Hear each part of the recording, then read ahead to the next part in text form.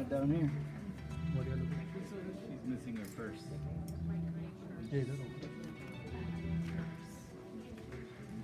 So let's start officially. Namaste everyone, a very good evening. I'm so excited to welcome all of you for this Ayurveda Day 2023. This is such a great honor to be part of this wonderful team.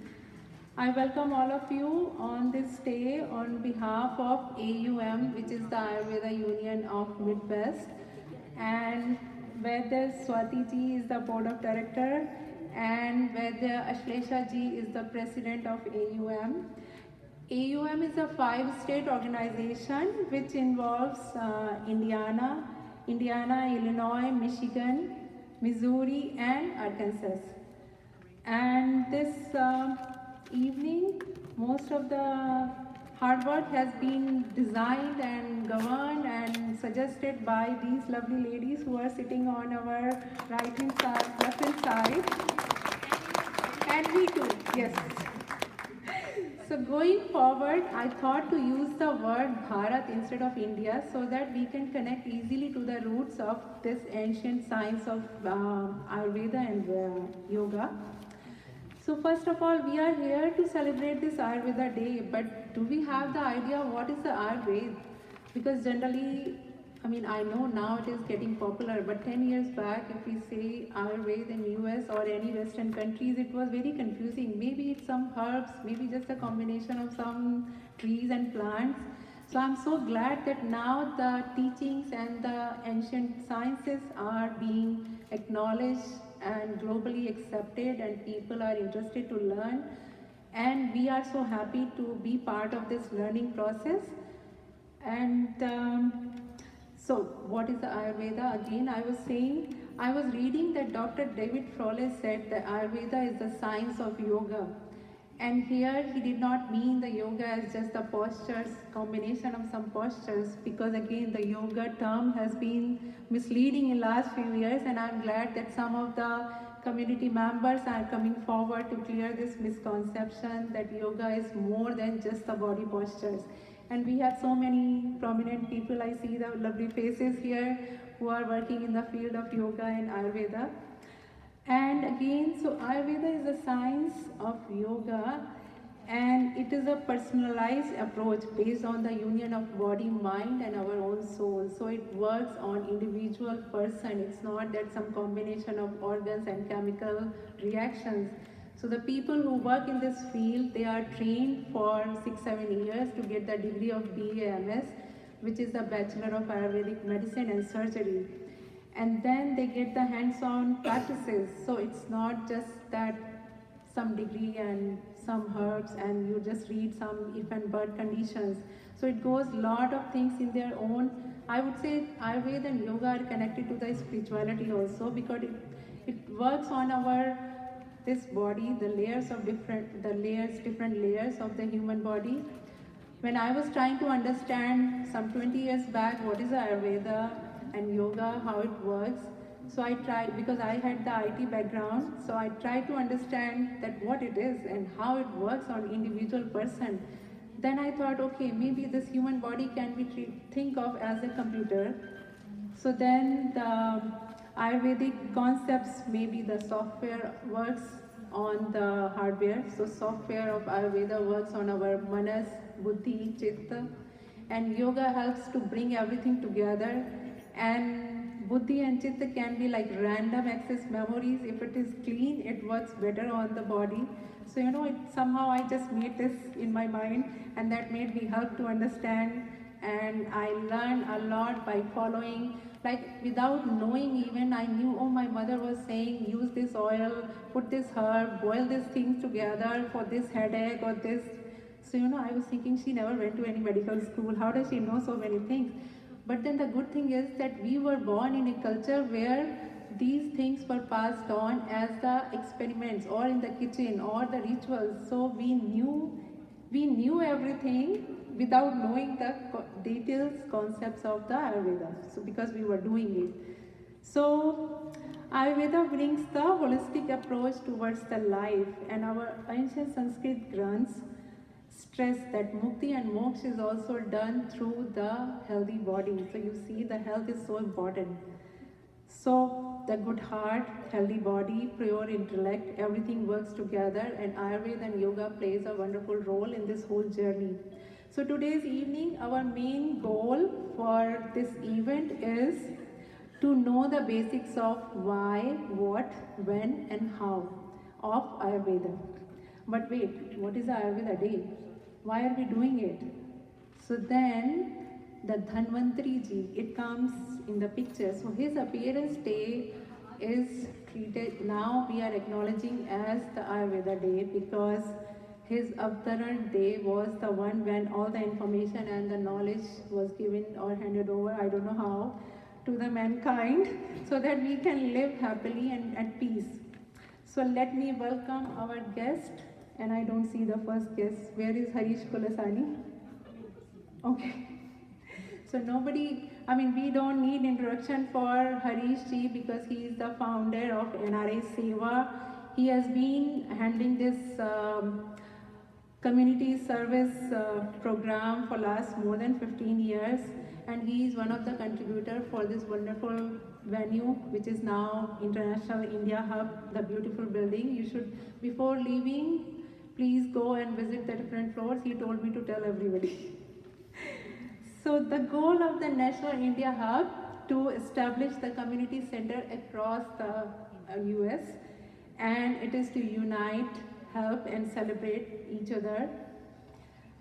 And I hope that Harish ji will come in time. Then we have Poonam Gupta ji. Yeah, Harish ji is coming.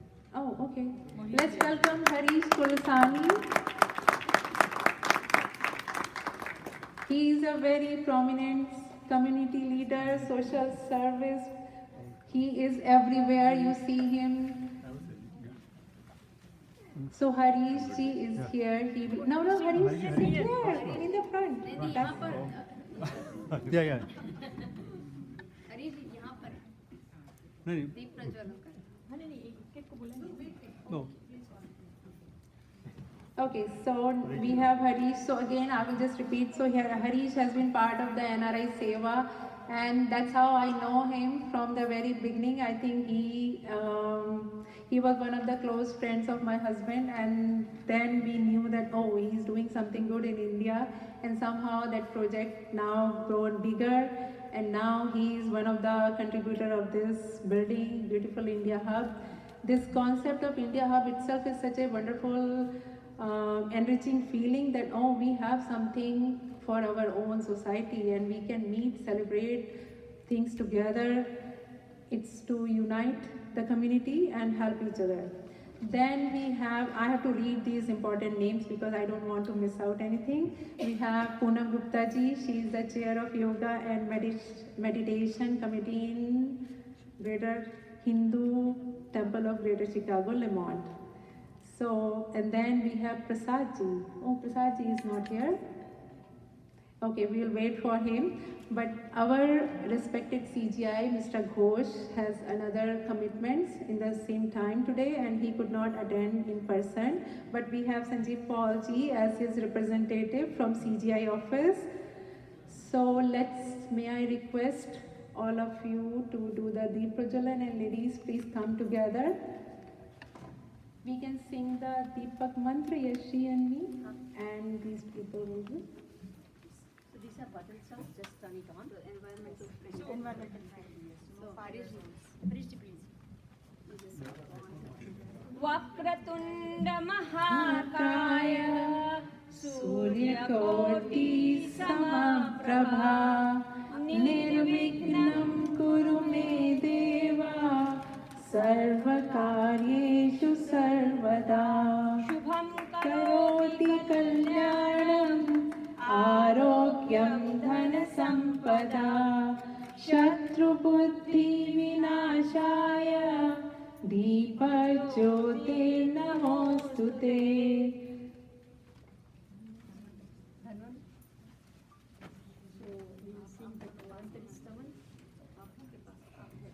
Now we request to do Dhanvantri Stavan by Vaidya Ashlesha ji.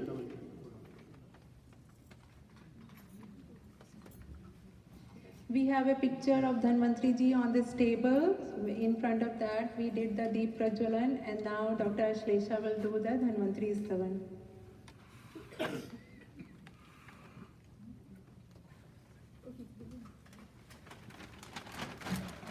Hello.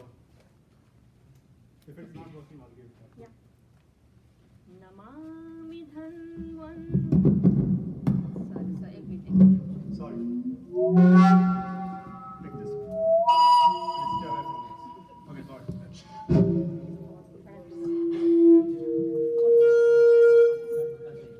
Okay.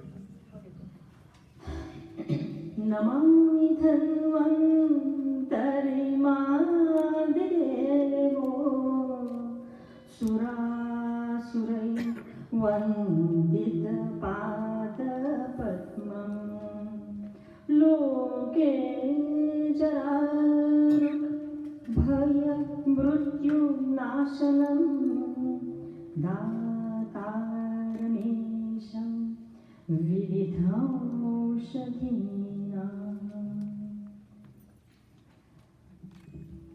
यो विश्वं विदधाति पाति सततं संहारयत्संजसा सृष्ट्वा दिव्यमभूषधीश्च विविधान् दूरीकरोत्यामया बिभ्राणो जलिना चकास्ति भुवने पीयूषपूर्णं घटम् त्वं धन्वन्तरिरूपमीशममलम् वन्दामहे श्रेयसे वन्दामहे श्रेयसे वन्दामहे श्रेयसे.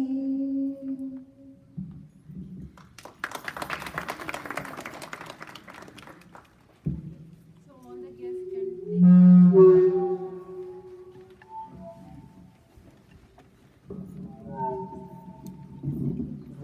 this is the facility.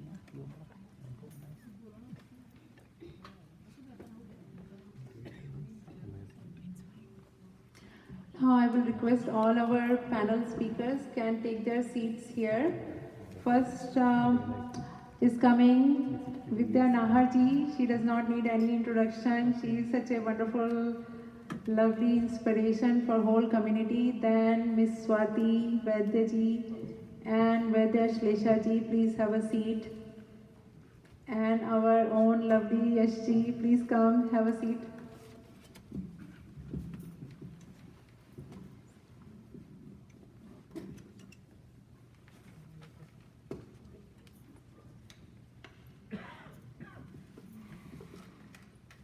Okay, we have some plants here to be given as a signature of gratitude.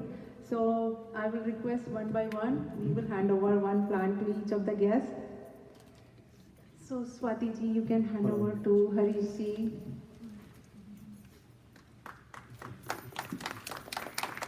Vidya ji can give it to Poonam ji.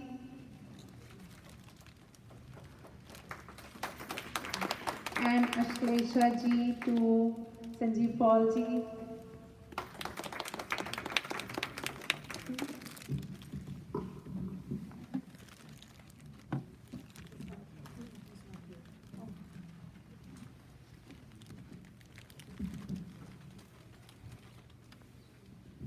So now let me open the floor by inviting our panel speakers. Now is the time that we start officially all the wonderful talk and the information which is going to be delivered this evening.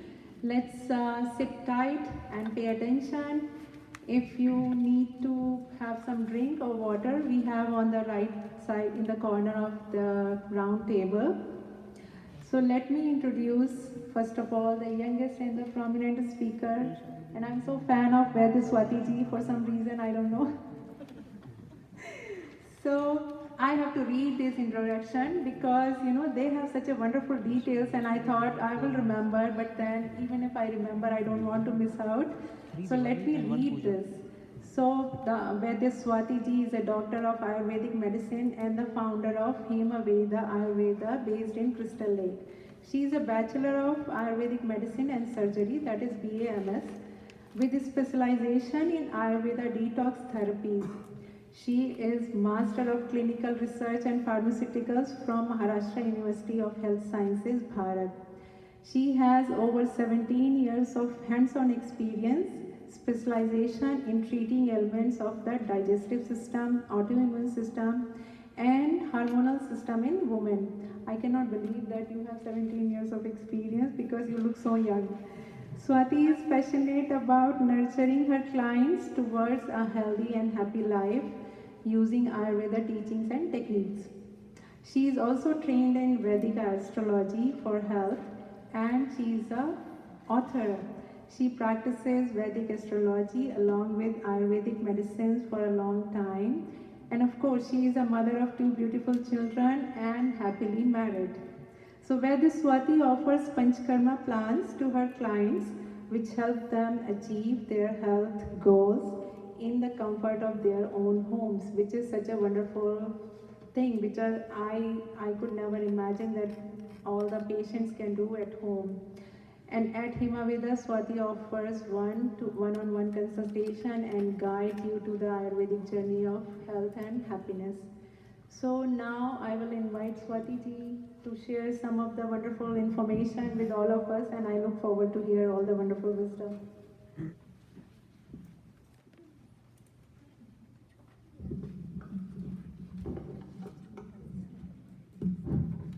Yeah, that's okay. All right. Namaste, everyone. It's like my heart is filled with joy and happiness today to see you all here to support Ayurveda on a Sunday evening. Ayurveda for me, as Ruchi ji mentioned, 17 years of experience. So I started my Ayurvedic journey from 14 years when I was just 14 years old. It's because Ayurveda always intrigued me. It always was the science that I wanted to explore more and more. And I would say I am an Ayurveda doctor, but I'm still a student of Ayurveda because I love to read, learn, explore, and always is involved in reading and publishing my articles on Ayurveda. So today's topic for me is food combinations according to Ayurveda, right? So food combinations according to Ayurveda, it is one of the most important topic or most important subject in lifestyle that I teach my clients first thing. It's because Ayurvedic food combinations are so important to follow because these Ayurvedic food combinations are going to create either balance or imbalance in your life. When it comes to balanced lifestyle, what does that mean? For Ayurveda, one thing. Balanced life means a healthy digestive system because 99% of our diseases, it starts with our digestive system. Like for example, I wanted to speak, of course my heart is racing a little bit, my stomach is gurgling a little bit, I'm thinking like I shouldn't miss this point and things like that, right? So our digestive system responds to everything so easily. Within microseconds, we can collect anxiety in our gut. Within microseconds, the happiness from the gut. So everything starts from a healthy digestive system. Now let me give you an example in a very, very easy language. Is because I just have 10 minutes and it's a very vast topic to share. So first thing is, let's understand the digestive system and food combinations, okay? Now, there are some foods that are, like you must agree, that some foods take a longer time for digestion and some foods take shorter time for digestion, right? So our gut is our second brain. That means what? It uses its intelligence in order to digest food. So if suppose we are having a glass of milk, either we are having it cold, either we are having it warm, either we are having it with some spices, either we are having it cow milk or buffalo milk. All these factors are very important for us to understand is because our gut is intelligent and each and every cellular structure is responding to the food that you are eating, right? Now, if we are having one glass of milk and like you have in your goodie bags is a food combination chart that I have shared with you. There are food combinations. The worst food combination according to Ayurveda is bananas and milk, right? So like when I was a child, there was always this banana pudding that my mom sometimes used to make, but my nani, she used to always say, my grandma used to say, don't mix milk in there, put ghee that's it. Ghee and banana is fine. Why? It's because if you see the compatibility, bananas after the digestion, they become sour in our gut, and milk is cold. So if you pinch some lemon juice in the milk, what will happen? It will curdle, right? That exactly happens in our gut. So why do we have to put these combinations if we can completely avoid them? Now, second very bad combination is fish and milk, okay? Always remember, do not put anything which is milk based or dairy based in your soups. First thing, I always stop, especially for people who come with skin ailments. They come to me with eczema, they come to me with rashes, they come to me with urticaria. And if I ask the history, it's like 7,000 years back it is being written already by Charaka, who is the Ayurveda father of medicine. So he said in his scripts that do not have opposite food combinations. It's because it is going to create a havoc in your system. Now, what about understanding, like some people would have this question, what about like pizza? Pizza has cheese and salt and dough and vegetables in it. What about that? And Italian people, they're eating it on a regular basis. How come they are not sick? So it's not like that. The thing is, everybody's digestive system works in a different manner. That is what makes us a unique personality. So always remember that even if those people are consuming dairy with vegetables, their digestive system is being from the ancestors in the inheritance, is being made in such a way that the digestive intelligence is made in that way. But if you eat these combinations over here, like for example, people in South India, right? So many people eat fermented foods. So people who come to me will say, oh, I'm eating fermented idlis, dosas on a regular basis because that is my staple diet. So how can I stop it? So I tell them, and why should I stop it? I never got a reaction for it. So the thing is, over here, now you are in the US. You are completely like 7 seas far from your country right now. The temperature, the quality of fermented products, the quality of those dosa batters, rice, everything is different. So of course it is going to react in your system. So always remember, whenever the food combinations, they play a key role in your diet and in your health. Another thing is that I wanted to say one more thing is that poor food combining, what will happen on a regular basis. Like suppose you go to somebody's place and they have like this pudding they are serving.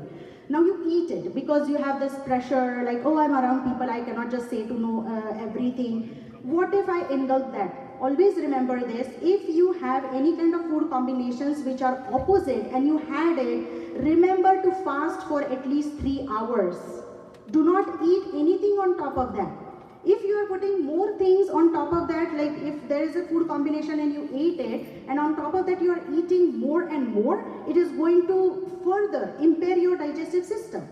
Digestive system, if it gets impaired, it gives birth to 99% of diseases in our body. So that's why my specialty was digestive system, because it is so complex to understand it. My another thing over here to mention in the chart itself you will see is fruits and dairy. So these yogurts that are available in the market, right? They are known as a protein source. Yogurt is mixed with fruit and people are eating it on a regular basis for I don't know how long. And they will have, like, if they can skip those rashes and urticaria, their next generation is inviting. Their next generation is going to suffer from these kind of imbalances. So always remember, if we know or we are aware of these combinations, try not to do them. Just because that you are not reacting to them, it does not mean that they are not going to be in your bloodstream and you will be passing along to your next generation. So stop making these mistakes of creating these food combinations. Stop using the creamers as well as dairy products in your soups and stews. You can have coconut-based milk as a creamer. You don't have to pour dairy or any cheese into the soups and make savory products more fermented. Do not do that. Even if, like, when we are talking about banana, we are thinking it's sweet, right? So it is not going to curdle inside my body, it's sweet. No, the curdling process of that banana is called as the vipak. That means it is being digested, and the juice that is being secreted by that banana is sour now. So that is why these combinations, whatever I'm telling you over here, always be very, very aware of studying this chart. I'm always open to questions, so I love taking questions. So please feel free to reach out to me anytime for these food combinations or more Ayurveda queries as well.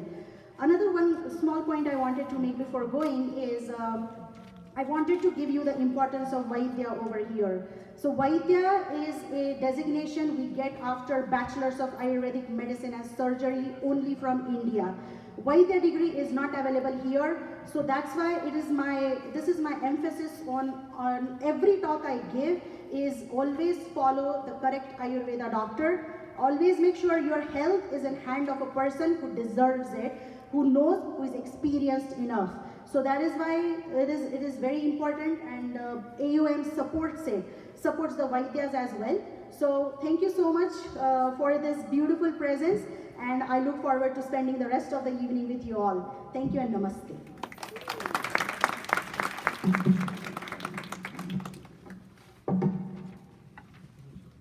May I request Sanjeev Palji to say some words regarding this experience of Ayurveda Day today?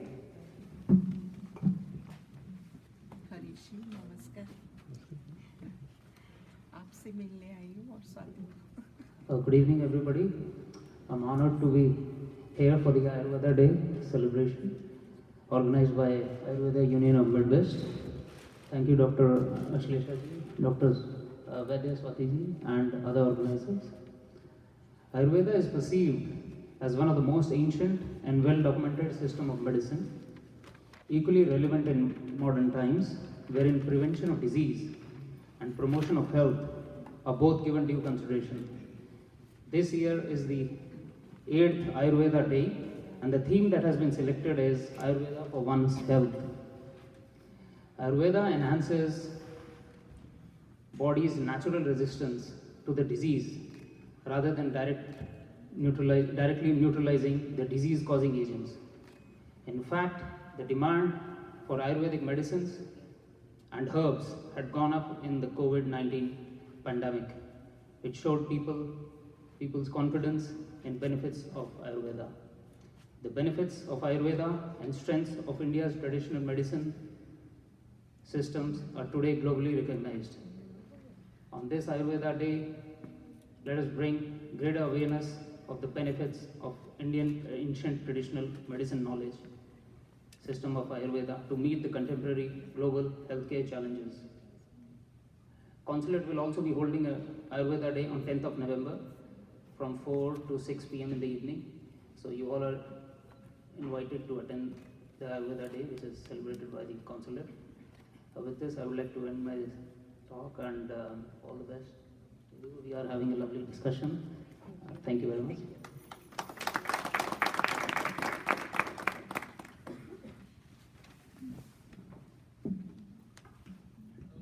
Thank you very much, Sanjeev ji. Next, we have Yash ji. So, I would like to read some information and wonderful details about Yash ji. I have known her for last many years, but these details I have to read because, again, these wonderful ladies, I just want to share all the achievements they have done and all the services they have done. So Yashaswini Desai, or lovingly known as Yash ji, holds Masters in Computer Science and Telecommunication from DePaul University. She also holds Master's Certificate in Program and Project Management, and she is a certified project management professional. She has been in technology profession for last 30 plus years, but I want to convey that Yash ji doesn't look so old. So she is a certified yoga teacher, and she has also conducted several free yoga classes in our communities. She has relentlessly served, volunteered in many non-profit organizations like HSS Seva International. Yash ji has been the founding member of ACAL Chicago North Chapter and served as regional VP. She is also founding member of Hindu Women Network in Chicago, and this has been a very wonderful network. I have been to those meetings. She has been also awarded one of the top 20 Chicagoland Women of Excellence in 2022. And this is very exciting. The next thing she does is, in August 2023, she has taken a challenging role of Hindu American Foundation, that is HAF, which is working closely with elected officials on proclamations for Hindu American awareness, also getting Diwali proclamations and representing our Hindu American community in various levels and platforms. She is married, mother of 2 wonderful sons. She stays with Jwalanji and extended family. Let's welcome Yashji.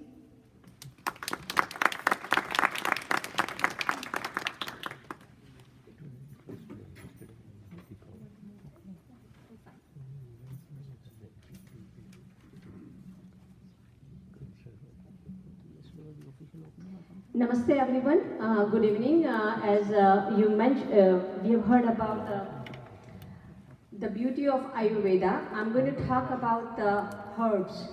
The first one I start with is called as Ashwagandha. The clinical name is Withania somnifera. It's a powerful gift of Mother Nature and Ayurveda. Treatment of anxiety, depression, insomnia, weight gain or weight loss, immunity builder, muscle strength and body building. Ashwagandha is a really magic drug for everyone. It's also antioxidants and it's also sexual stimulants.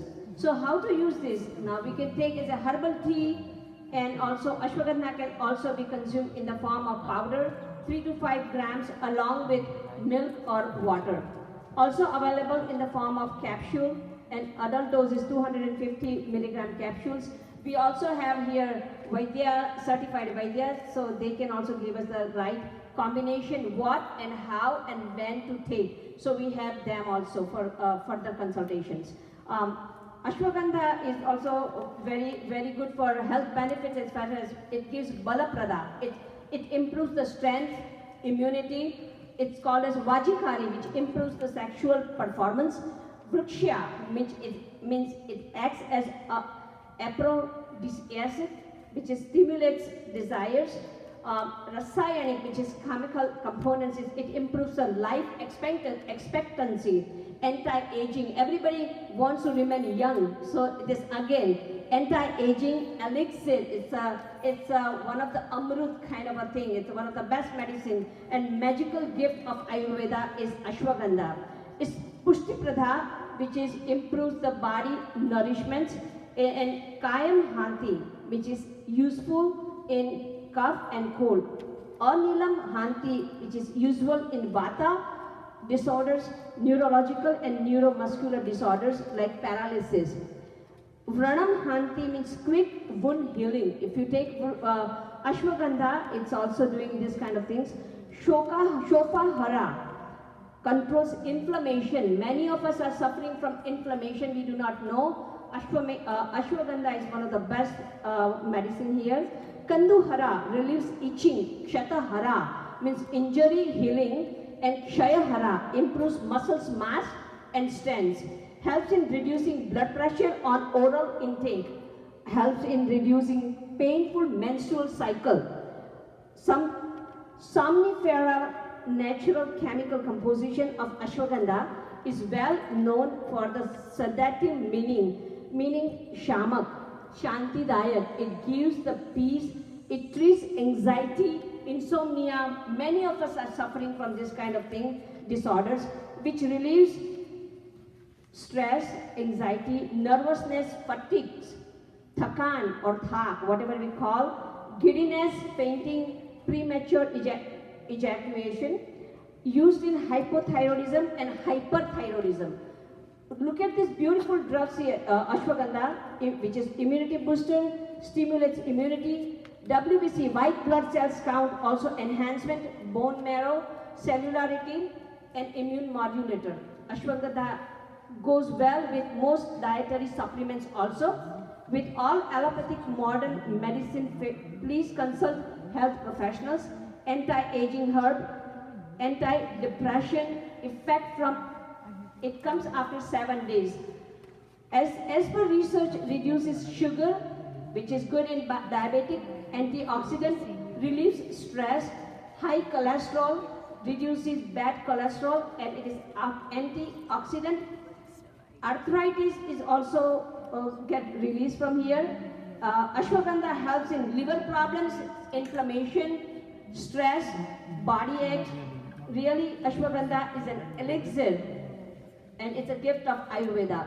The second drug, medicine herb I want to talk is a Brahmi, which is the brain tonic.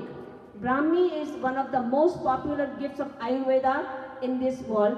There is no herb that can improve intelligence naturally. Better than this, improves intelligence, memory, excellent anti-aging, and anti-diabetic, antioxidant herb, which is called as Brahmi. In botany, it's called as Bacopa manani, which is used in Bacopa is a Brahmi is used in double vision due to weakness of nerves, dizziness, confusion, lack of mental clarity, depression, anxiety, nervousness, any kind of fear, phobia, manic depression, psychosis, disturbed sleep, insomnia, and other sleep disorders can be cured by taking Brahmi. Brahmi is useful in lack of memory, loss of concentration, vision, and hearing loss. Tinnitus neuropathy disorder. Brahmi is a very good nerve tonic. Brahmi improves and promotes brain growth, coordination between limbs, tongue, and brain. Speech problems in little kids can be improved by taking Brahmi. Brahmi also helps in high blood pressure, controls anxiety, stress, excellent antioxidant, and promotes nervous system and circulatory system. One of the research found antioxidants and DNA damage prevention study indicated highest polyphenol content was found in methanol extract, followed by water extract. Brahmi is an antioxidant. Brahmi is for obsessive compulsive disorder, which is treated with different combinations. Traditional benefits of Brahmi in Ayurveda are Shofahara, very good inflammatory herb. Panduhara, which is help in anemic patients. Jwarahara helps in fever and acts as a fever reducer. Dipani improves digestion and digestive disorders. Kushtahara, useful in skin diseases. Kandukna relieves itching, khujli or khanjwal. Pliha, useful in spleens disorders. Vayasa Sthapai, Ayushya improves lifelong Ayushya. And Va helps speech related development in children. Hridaya, a good heart tonic. And diabetes reduce, blood sugar levels gets regulated. Due to antioxidant property of Brahmi, it improves cells and tissues. So I appreciate all patients, and there are more drugs and Ayurvedic medicines and herbs. But I hope this is just a starting point. We will have some more sessions like this, and any kind of questions, concerns you may have. We have Vaidya Ashlesha ji here and Vaidya Swati ji here. So again, next thing we will do the next topic here. Thank you.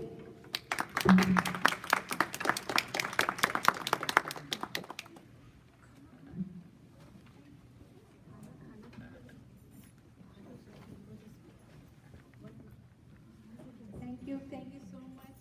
Thank you, Yashji. I wanted to invite Harish for few words. I see that you are in hurry. Hello everyone. It's so great to see so many people coming for Ayurveda program. And first thing I want to say is congratulations to all the ladies group. You did great. I mean, it's not easy to have so many audience for this kind of program, because I know other groups trying to do the same thing. It's not easy, but I can see you're all so passionate about Ayurveda and you're here. Thank you so much.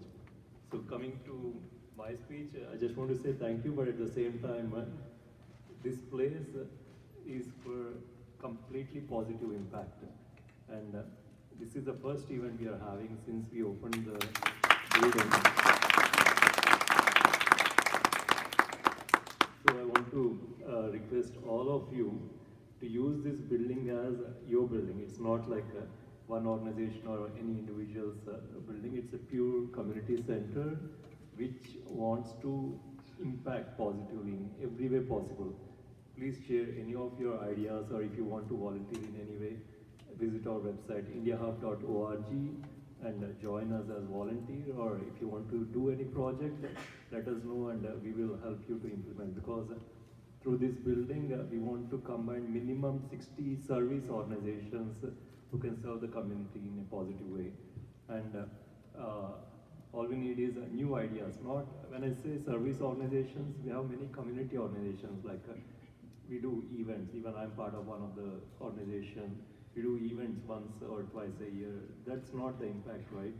We want some groups to be part of this building to make an impact, because everyone have many good ideas, but one person cannot do everything with the idea. But here we want to combine all the people, people who can impact and share their resources, share their network, share their ideas, and make an impact. That's all. So you have that opportunity. Please join us, and let's make a big impact across the world. And it's not limited to Indian community. So anyone who love to be part of it, please be part of us. Thank you. Thank you.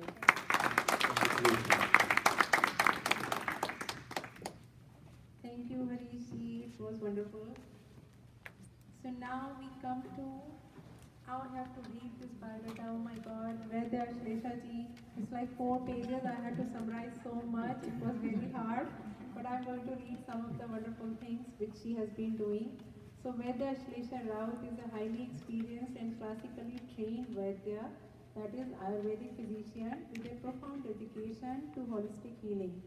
With over 2 decades of experience, expertise in Ayurveda, she has established herself as a trusted name in the field, serving as a program director at the Ananda Ayurveda Academy and holding the prestigious role of Chief Ayurveda Clinician at Ayurveda for Healing.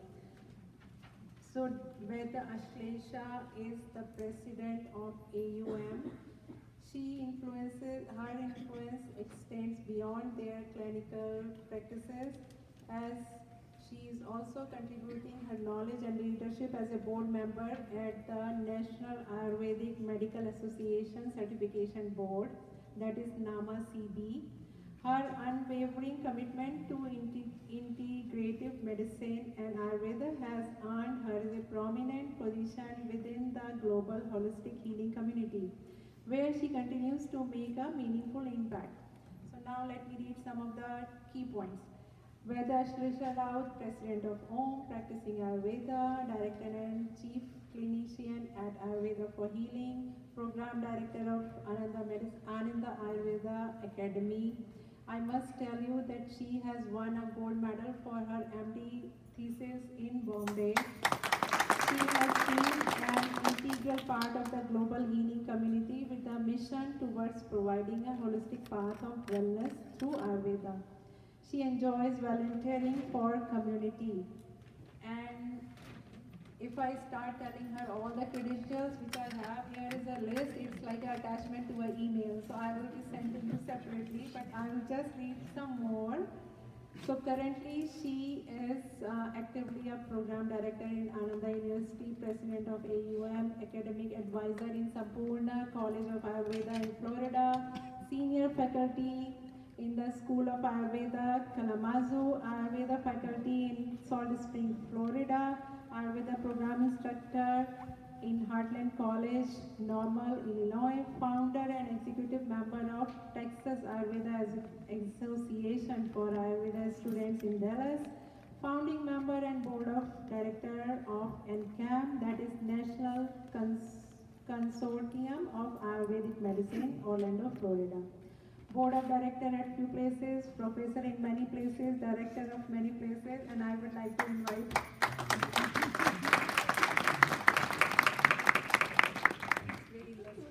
Ruchi ji made me more Well, yeah. Thank you so much, Ruchiji, for these kind words. And first of all, distinguish our guest of honors, my esteemed panel, my board, my whole board, AUM board is online here.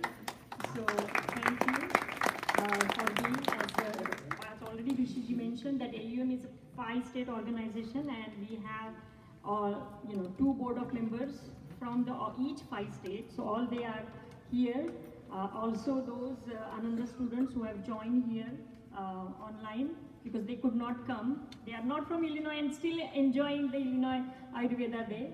So thank you for coming there. And of course, my dear whole friends, I first of all really want to thank you for dedicating your Sunday, this beautiful Sunday. It's not that cold. We are in fall and still it is not that cold, and you are dedicating this beautiful Sunday for celebrating Ayurveda with us. So thanks a lot. This is second AUM's Ayurveda Day, and first last year we did it with Consulate, and now the demand is increasing, and thanks to Harishji for giving this beautiful place so we could do it here. So again, thank you very much for attending and coming here. So coming to my topic. So as already you have heard wonderful things from Swati ji and Yash ji. And today's theme is how, what, when and how to eat. And my job is to talk on when to eat. As you know that in Ayurveda we really do the holistic approach. The meaning of holistic approach is that you just don't eat whatever good you want to eat. It also matters when you eat. Correct? Yeah. I have to give you a case. Want to share one case which I had in my clinic. So she was around mid-40s, working in a corporate, and came to me for insomnia. Right? So the problem, when we always do whenever the patient comes, we have to analyze completely. And so I was taking the history, and what I realized that she was not even eating during the lunchtime, and all what she was doing is eating a whole meal only at once at the night. So sincerely telling, I just changed her timing of eating, and guess what? She started sleeping well. She comes back in 3 weeks for first follow-up and being so happy that she said, not that I'm only sleeping well, but I am also now reducing my weight. Wow. So here is the thing, just look at this. Not just eating properly is important.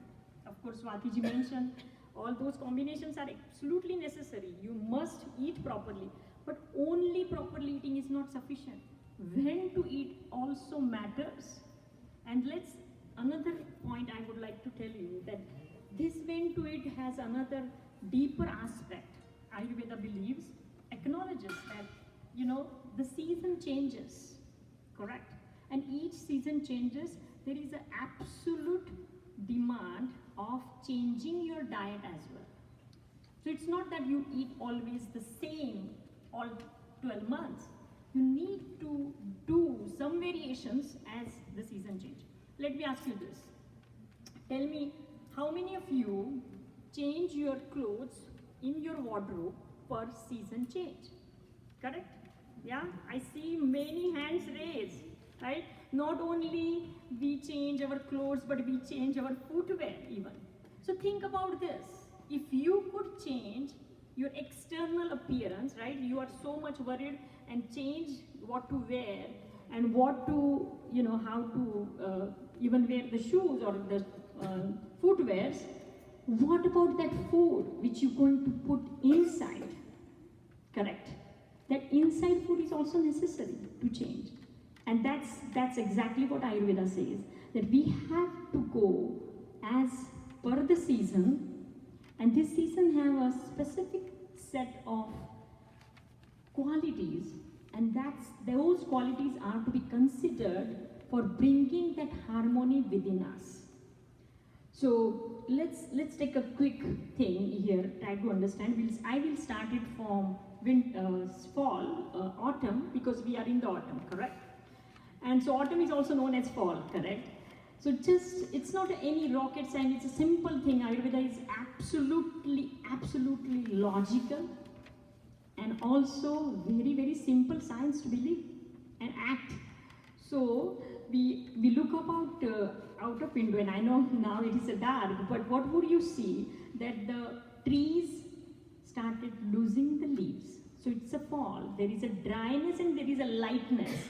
So what do you want to eat? You want to eat something which is sweet, which is something grounding. The wind which is blowing, you need to ground yourself, and that's why the best thing to eat and nurture yourself is to have the nuts, the seeds, the pumpkins, and even nature gives us pumpkin during this time, right?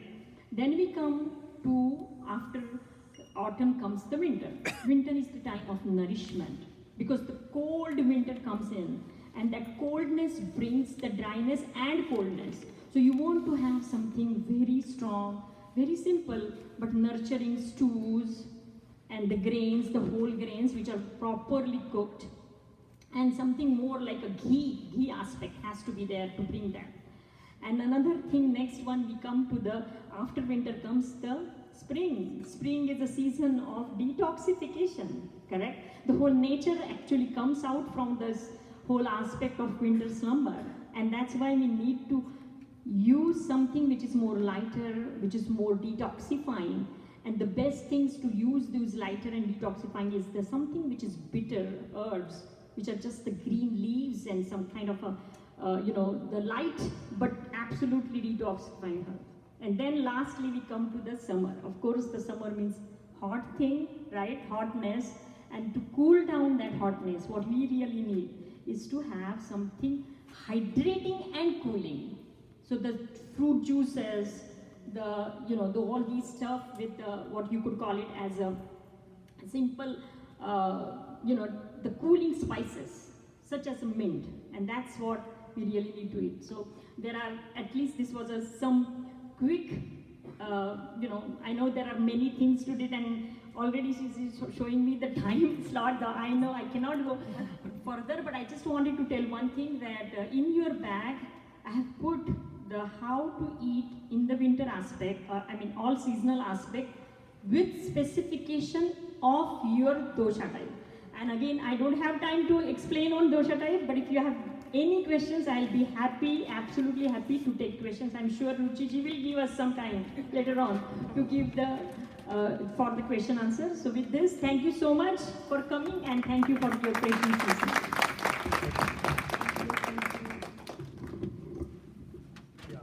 Thank you, Ashlesha ji, and I'm sure we all have a lot of questions for all the guest speakers. Now, before we invite Vidya ji, I want to invite Poonam ji to say a few words. She is here as part of this event, and she has the experience of yoga and meditation. So let's welcome Poonam.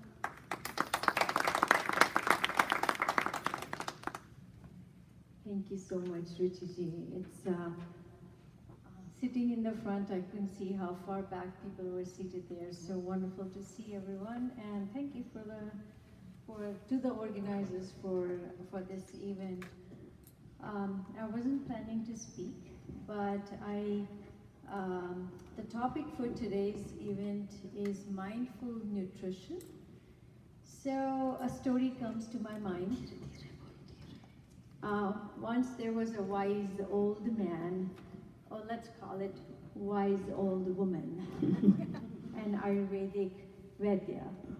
So no, actually wise old woman, and she gave her satsang, or her discourse, and after the discourse, somebody came to her and asked her, I'm having a hard time with my meditations. I cannot sit for meditation. So this wise old woman said to this person, you should pay attention to what you're eating. So the guy thought about that and he sat down. Next, another person comes to her and says, I'm having such a hard time keeping my temper. I get angry with everyone. Please help me, I don't know what to do. So the wise old woman tells him, pay attention to what you're eating. And another person comes in and says, I'm having a lot of aches and pains throughout my body. I don't know what to do about that. I cannot sit for meditation because I'm having these troubles. So the wise old woman tells him, pay attention to what you're eating. So what is the final thing is that a guy comes to the wise old woman and says, well, I don't understand. Someone is having meditation problem or mental problems or physical problems, and you're telling all of them to go to pay attention to what they are eating. Why?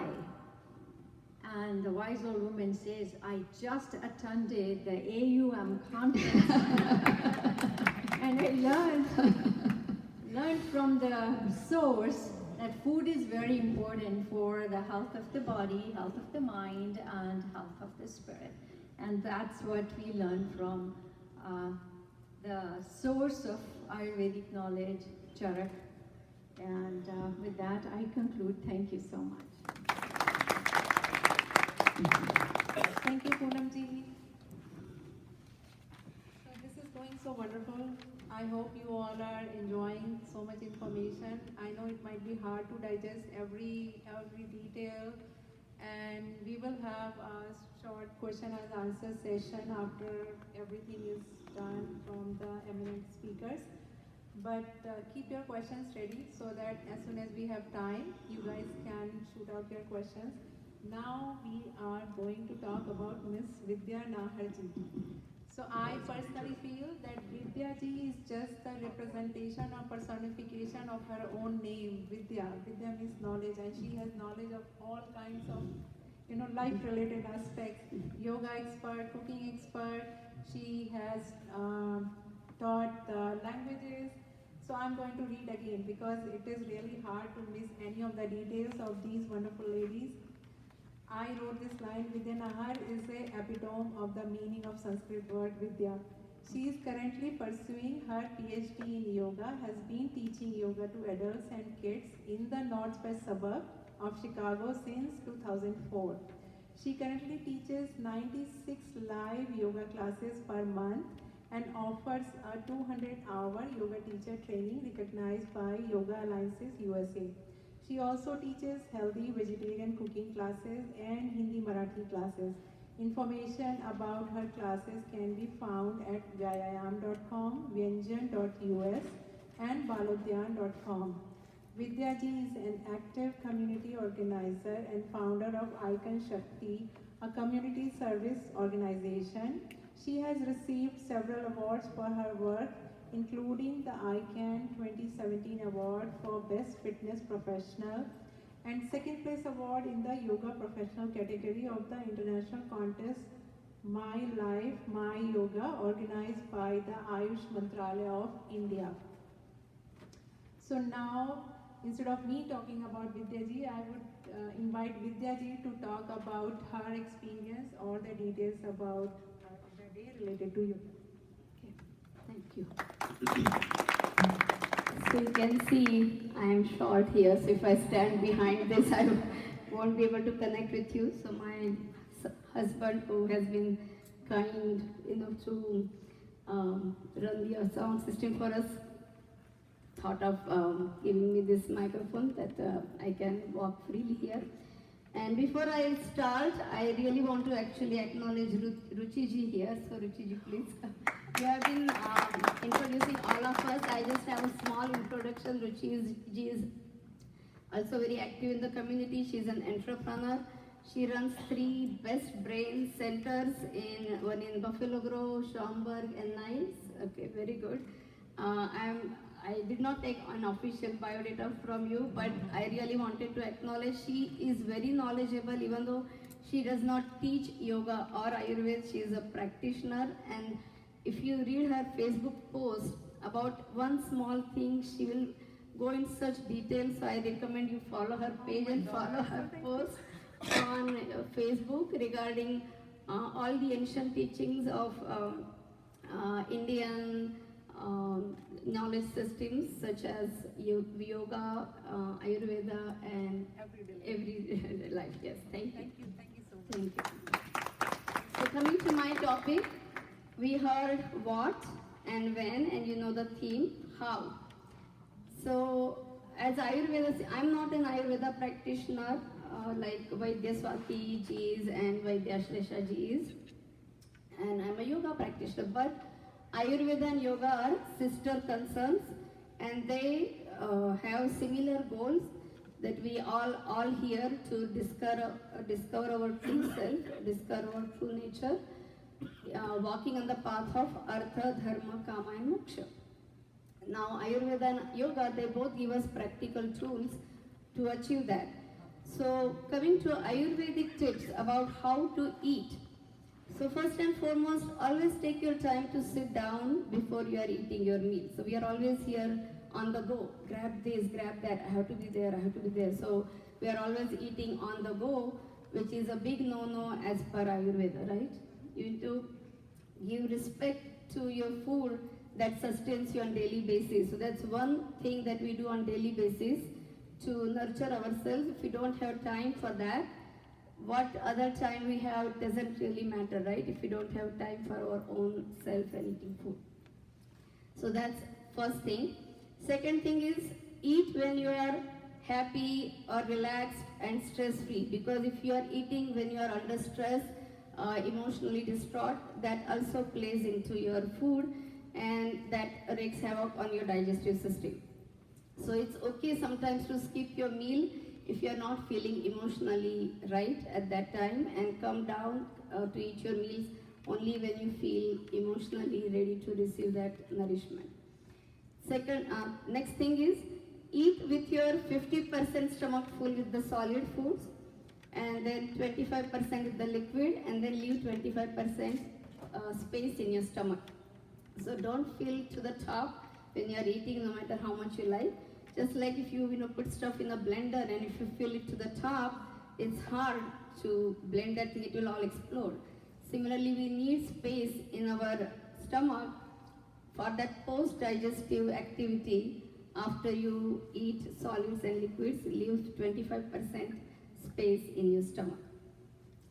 So these are some of the Ayurvedic tips. I mean, Ayurveda goes much detail into how to eat food. As you just heard, as per the time, the food should change, or as per one's age, the food should change. As per the place you are in, so Desha, Kala, Rashi, the amount needs to be appropriate as per your Prakriti. So there are a lot of things that go into that, but I'm going to add a yoga component to this.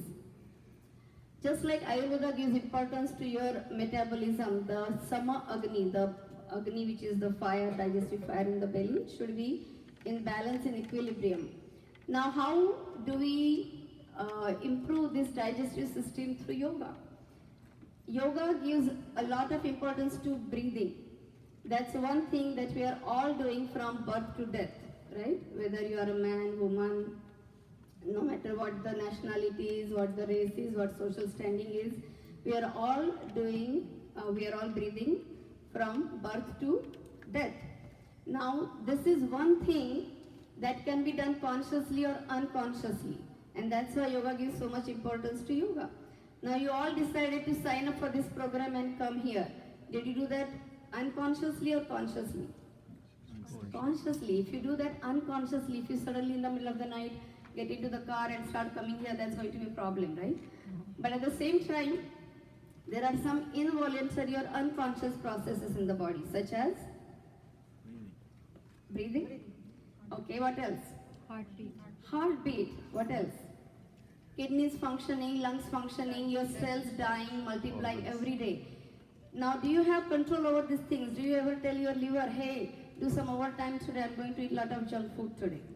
No? You don't have that connection to your liver?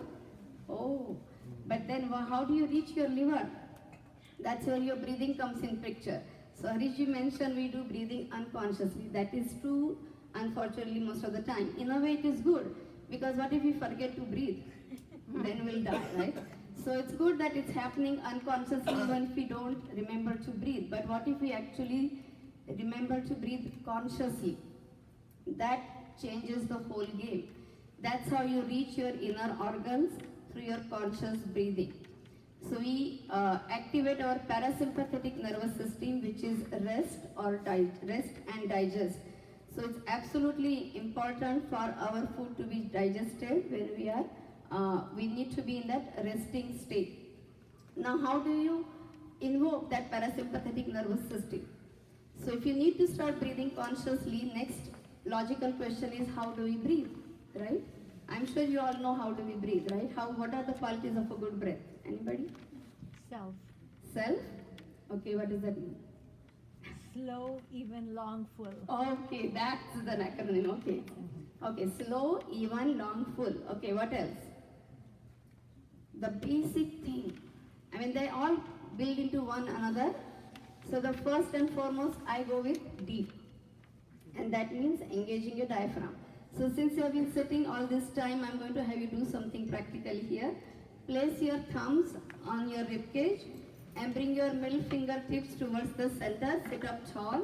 Sitting tall is a really good idea for good breathing.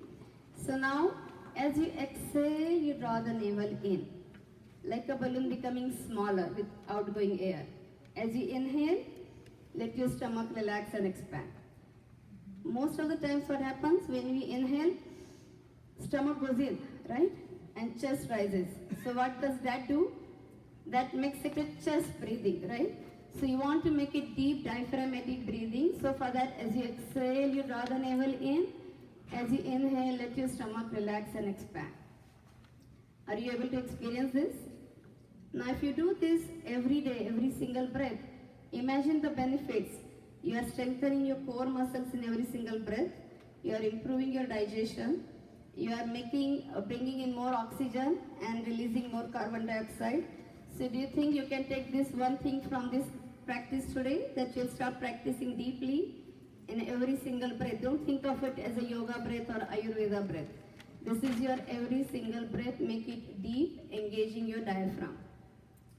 Now, I have been shown this time, my time is up, but I do want to end with one thing, which leads to automatically deep diaphragmatic breathing, and which is laughter.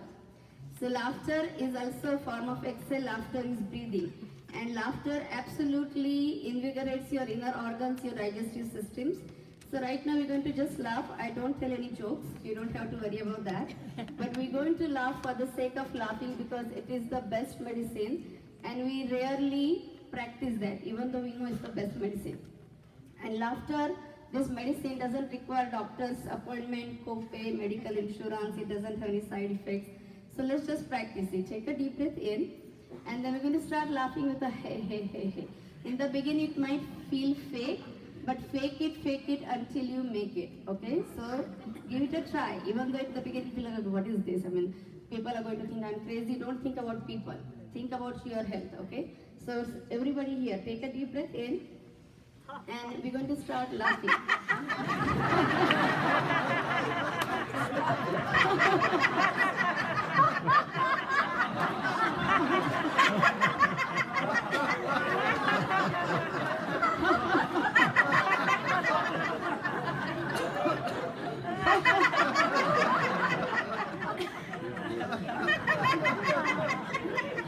So that was very good. Ho, ho, ha, ha, ha. Ho, ho, ha, ha, ha. Now we'll do it one more time, but this time you stand up. And I know we don't have room, but we're going to just look at every person around us, just with your hands together, like you're saying namaste, or you can give thumbs up or do anything. Just look in their eyes, make this eye connection. So I would say front row, just turn back, look at everybody. You can even give high five, wave your hands, whatever. Take a deep breath in.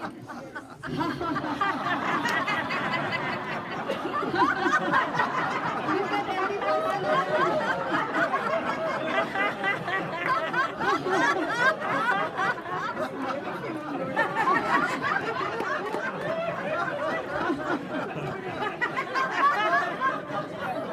So keep expressing outside. Don't make it depend on anything outside of you. Happiness is an inside job. It's nobody else's job to make us happy and make us laugh like this. So keep laughing. Thank you so much.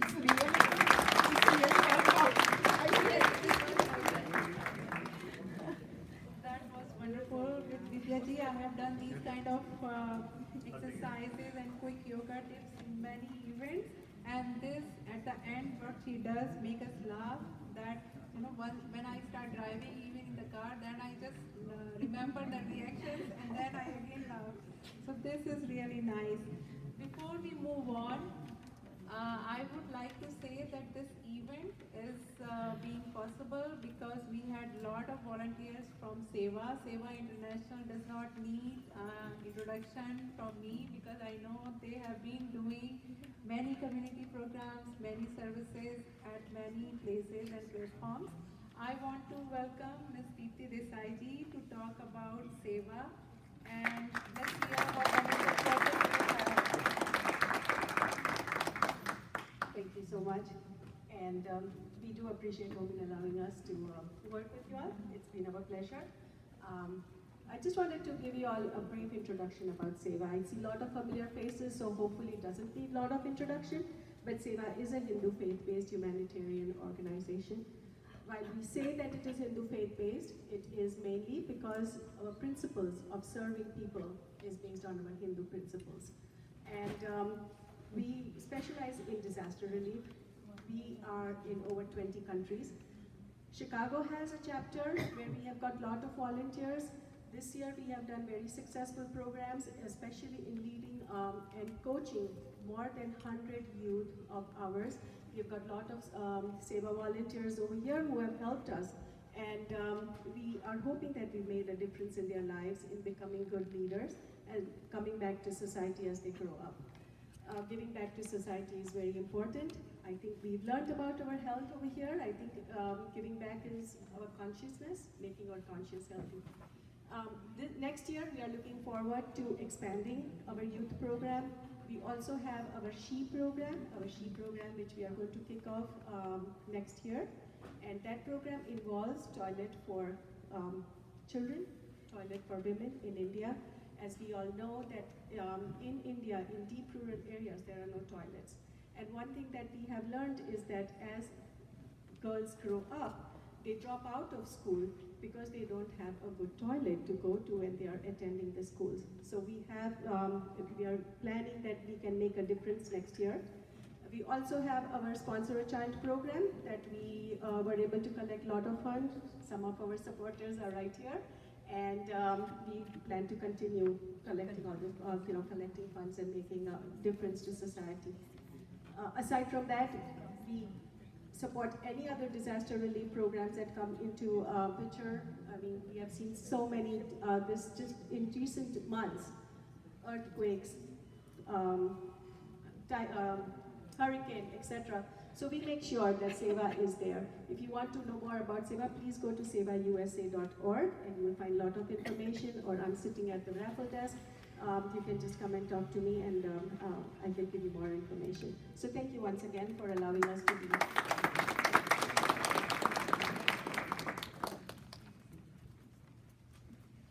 Do we have Mr. Rao here? Yes. Dr. Oh. Yes. So I was going to introduce Mr. Rao. So actually I did not meet him directly anytime. It's just that I came to know that he'll be talking about our yoga day. So I can invite him. He's an expert in pain medicine and he's an avid Ayurveda practitioner and provides acupuncture expertise. Dr. K.V. Rao, please come forward and share your thoughts on Ayurveda Day and how we can promote authentic Ayurveda in the global community. Thank you. Actually, 24 or 30 hours ago, I didn't know that I would be here. Somehow got connected with Harish. I worked with him for 10 years or so with SEVA and all that stuff. But anyway, I got first noted with the consulate that they wanted me to come and attend. But anyway, I'll take it very briefly. I'm a MD physician. I'm an anesthesiologist and specialize in pain medicine. So I am also certified in Ayurveda. So I think I have qualification to bridge the two. Of course, here modern medicine is a bad word, right? So Ayurveda is the best. So, but if you think about it, before 1940, modern medicine was not popular. The popular most medicine is osteopathic medicine. If you see the DO, now they merged with the MDs. So if you see, as an anesthesiologist, I tell you three things. 3 years made the difference in the world. 1 year, antibiotics, right? Alexander Fleming changed the world. The mortality rate in First World War was 80 to 90%, if you get into it.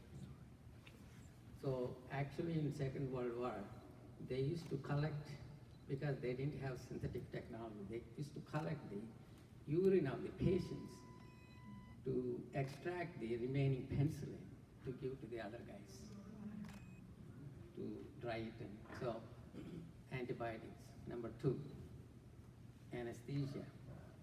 Of course, I'm an anesthesiologist, I have to tell, right? But that's not true.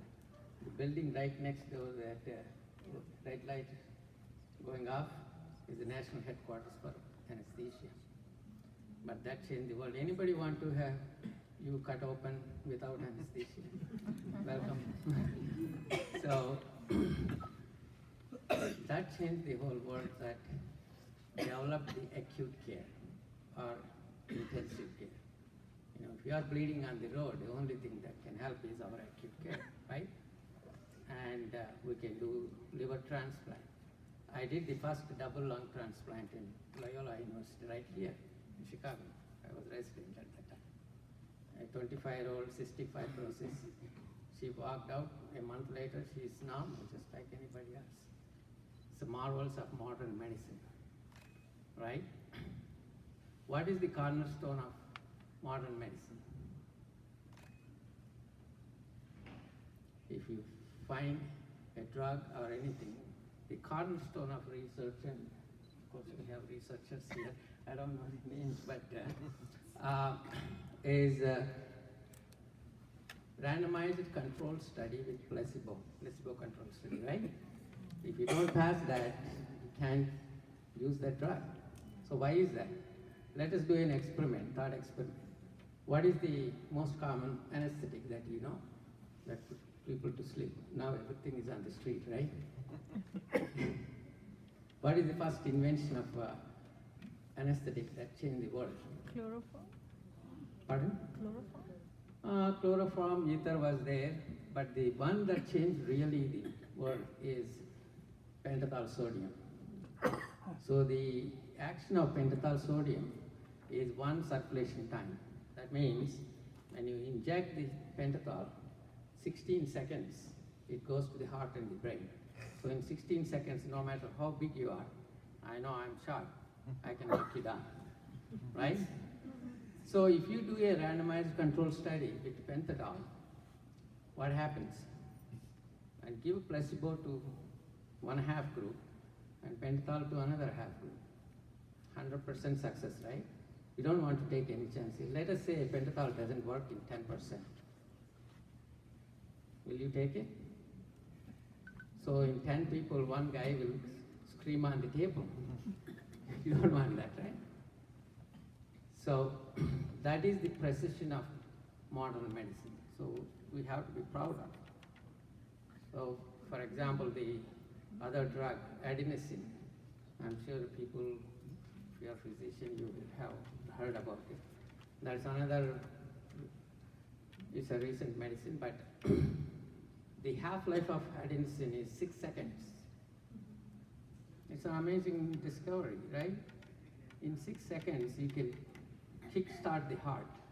Most of the time in cardiac arrest, there is, I don't want to go into details when we use it, but we can stop the heart and start the heart in 6 seconds because it stops the conduction system. And adenosine, you guys all drink coffee. Coffee is an adenosine antagonist. That's why you get heart arrhythmias. But anyway, this modern medicine targets one thing and treats one thing. Whereas Ayurveda, as you said, the modern medicine is good for acute care. And the acute care medicine, but in chronic disease pattern, Ayurveda is, only thing that can work. That's why the modern medicine is a failure. When you get the randomized control study, the drug becomes poison. That's why you have so many side effects and complications. There is no drug without side effects, right? So if Vaidyas here, they match the herb to the patient. So we are studying the variables to bring the match to the patient. That's why Ayurveda is future. I can go on and on, but thank you very much. Thank you so much, Dr. Rao. Sorry, Dr. Rao. Sorry. Thank you. So now those has been such a wonderful, informative talks. I believe that you all got some information, got some ideas, and we will be having question-answer session just after the talk. But before that, I want to invite Swati ji to express our emotions and gratitude towards all the volunteers, all the participants, and all the wonderful Nari Shakti and the muscular power behind who are not even here, but they supported us at home. So let's welcome Swati ji to share your thoughts and say thank you to everyone.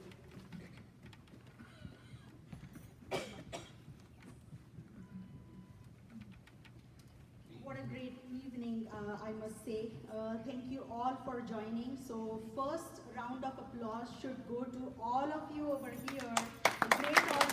Thank you so much for being here. And today our hearts are full, really to see the support that this event was literally planned and executed with these, I call them as Pancha Mahabhutas, all 5 ladies over here. So everybody gave their best, the background people whom I'm going to mention in some time as well. But this is an energy, this is a driving force that you gave us today, really. And this is going to just multiply into beautiful events that will be coming towards you. There will be no 10-minute talks anymore. There will be half-hour sessions so that they will be detailed and they will be focused on each topic for a better understanding. So if there are any faults or any things that have gone wrong today, on behalf of OM, on behalf of us all, I apologize in advance as well. But your presence is so gracious, and I move forward for the written document that I have. So first is on behalf of all those people whose, like our root of Bharatiya tradition is Vasudeva Kutumbakam. So that means whole world is one family. So on behalf of all those people who made this event possible, I would like to sincerely thank you all. And the first and foremost, there's a sting bug. Sorry, I'm scared. Okay, first and foremost, what a great turnout. Thank you so much. I would like to start by thanking Mr. Harish Kolasani and New India Hub team over here who have been supportive of this initiative to celebrate Ayurveda and offering us this amazing location. My sincere gratitude to our special guests Poonam ji, Sanjeev ji, K.N. Rao ji, as well as Ulka Nagarkar. Hema ji is amongst us as well. So despite of your busy schedules, you found time to grace this occasion for us. I would also like to extend my gratitude to our sponsors for their sincere contributions for the goodie bags and the raffle baskets. Please do support small business owners. You will find their information in those raffle baskets, as well as our sponsors have pitched in. I'll be taking their name at the end as well.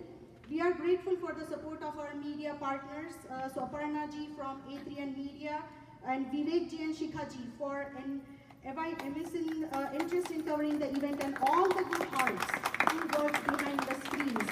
So there are so many names that I want to take right now, but I would say is Sanjay ji, you need a round of applause as well. All the sound system, he took care of everything over there, so thank you so much.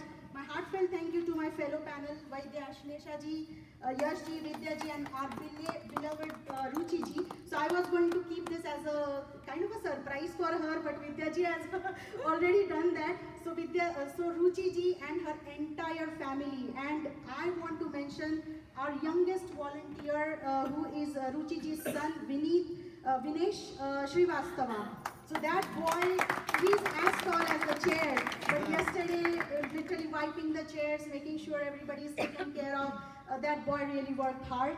And Reena ji, as well as Aradhana ji, all of them are working like 24/7 for this event. Really, I want to thank all of you people as well as our beautiful volunteers out there who has made this possible. Oh yeah, Usha Shifty, yes. Yes, I'm so sorry. So New India Hub, she's an inspiration and an enthusiastic. Look at her smile. So she has always been the motivating force behind this as well. I would like to love to mention. In conclusion, I would like to say that this event would not have been possible without the support and hard work of each and every one of you.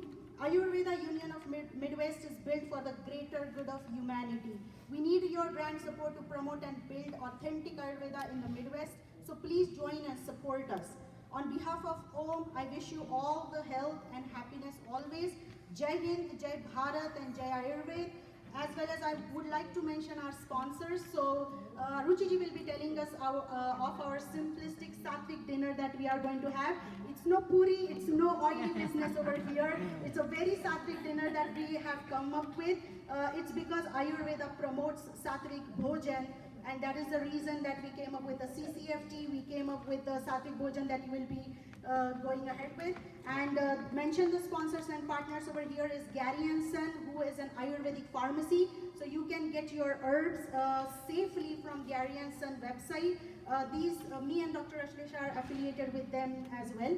Vishveda, Shri Shri Tattva, Pure Indian Foods, who has sponsored our Desi Ghee today. So please enjoy. MMC, which is Maharashtra Mandal of Chicago, Kurti Connection, Vyayam, Benjan, Himaveda, Hindu American Foundation, Anand Ayurveda, Seva USA, Nama, Hari Om Mandir, Icon Shakti, Ayurveda for Healing, and NCAM. If I've forgotten of any institutions, I apologize for that. But thank you so much for this strength and for this enthusiasm that you have provided us today. So enjoy the event. Please look forward to more events that will be coming in the future, and support. We need your support. Without you all, we cannot conduct this event. Thank you so much, and if there are any questions, Ruchi ji will be guiding us further. Thank you. Good night. Because we are still here, we need to talk now. So now we will open the floor for the question and answer. And if anybody has question, you can raise your hand. Yes.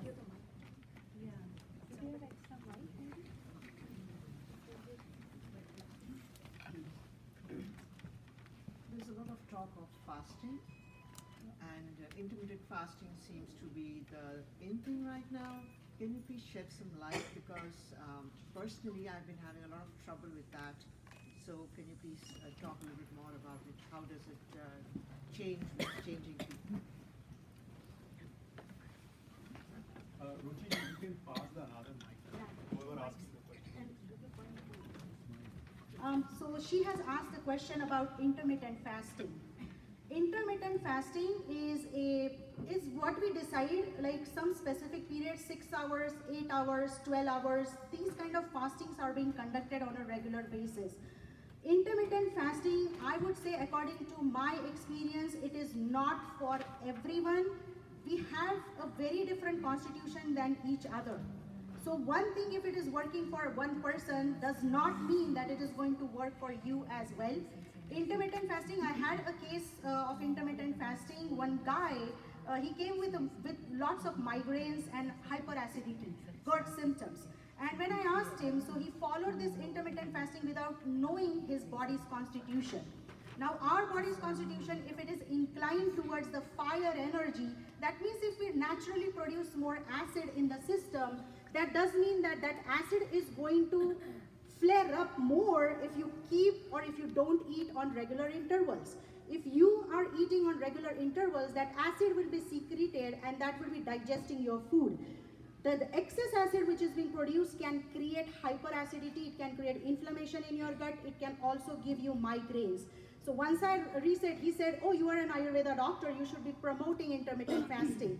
So Ayurveda does not categorize into intermittent fasting or veganism or vegetarianism. No, Ayurveda is the only medicine, only science which has all the qualities of every meats, every living being or every living animals that are existent till now. Right from crocodile meat and eggs to rooster, everything is being covered under Ayurveda. And we use those meats as medicines as well. So intermittent fasting, when it comes into picture, my suggestion would be is get yourself analyzed first. Get your symptoms first on track and don't jump into something that is becoming a kind of a fad or some kind of promotions just like detoxes and Ayurvedic detoxes or starvation and intermittent fastings. That would be my two words of suggestions, and if anybody wants to pitch in or... No, that's fine. So me, yeah, I would, another thing I would recommend is make sure, I mean, of course, what Swatiji said is absolutely true, that you have to understand the constitution, dosha type. And if at all, if you want to go for, don't forget the rules, main rules. Like your main meal has to be at the noon time. And there has to be, you cannot just keep on, because I've seen people crazily making the windows smaller and smaller and fasting become longer and longer, and that is never the success. I mean, you will never get success with that. So those rules, when to eat, which I was telling, are still applied there also. Thank you. But at the same time, I know they're talking from Ayurveda point of view. But I have been doing alternate day fasting, so that means I fast for 36 hours at a time and then eat the next day. And this is my 10th year doing that. And I have not had any major issues, like my health checkup and everything is fine. Of course, I did not get my constitution checked. I did not know Swatiji, Rashtraji when I started fasting like this 10 years back. But it worked for me, and that doesn't mean that it will work for everybody. But what worked for me is eating whole grains the days I eat. So that is really important. It's not just fasting, it's what you eat. That's more important when you are eating. So I think it's a very good question, but it has to be a very personalized approach to this issue. And Ayurveda is very good at that. It's personalized medicine. So yeah. More questions? No, yeah, she's asking. Okay, there are people in the back also. Hi, my question is, you know the Swatiji, you provide the service in my senior center. Everybody is so happy, and same question again, still I cannot sleep properly. You explained to me everything, but still it's problem. And one thing is good, my daughter follow you, and she lose the weight within a 1 month. 15 to 16 pound weight, and so she looks so pretty. Thank you so much. But my question is still there. I cannot sleep proper. At least 6-7 hours we need it, but I cannot sleep. Okay. So when it comes to insomnia, many people, like for example, when people are not sleeping well, right? This is called as insomnia, or something that is a repetitive pattern in many cases, and it chronically happens, and then really the immune system, your nervous system, it goes down and you end up into depression or anxiety and all kinds of mental disorders. Insomnia can be related to two things. First thing is, of course, your diet, of course, what we have shared over here, when, what, how to eat. So that is very, very important. Second thing is how much of your time goes in self-reflection. That means meditation, focusing on your breath. It's because once you start doing it, because we are continuously being aroused or continuously being like challenged by these receptions all the time, because we are on the phone scrolling. This is happening, that is happening, I have to go here, I have to attend that, I have to eat this. And then our least priority is to stop somewhere. Insomnia is very much related to somewhere which is your fast-paced life. So we have to slow down no matter what. It's because once you start focusing on yourself, the nervous system will calm down eventually. It is not a process or any of the herbs which, like Brahmi is being, or Jatamansi is an herb which promotes or calms down your nervous system. So when you come to Ayurveda, and if the issue has become more chronic, say years and years, this is happening, and you are suffering from all of these symptoms, then Ayurveda will also supplement it with some herbs, which you can take internally. Once you start taking these herbs internally in a proper manner, definitely the nervous system, which is like hyperactive, and it has learned to be hyperactive continuously, even the digestion becomes like that. So if the nervous system has learned to become hyperactive, it can calm down with certain herbs, as well as Panchakarma, which is 5 important detox therapies Ayurveda offers. So these Panchakarma treatments are a boon to your immune system, it regenerates you completely. Like people will ask me like, okay, youngest and this and that, but the thing is, I am 40. So the thing is that what happens over here is, unless and until we don't understand the real constitution of ours and what we are taking, how are we treating ourselves, and literally not taking 10 minutes of time for ourselves, the diseases we are calling them inside our body. So Thank I you would say, so much. yes, thank you. Any input on insomnia?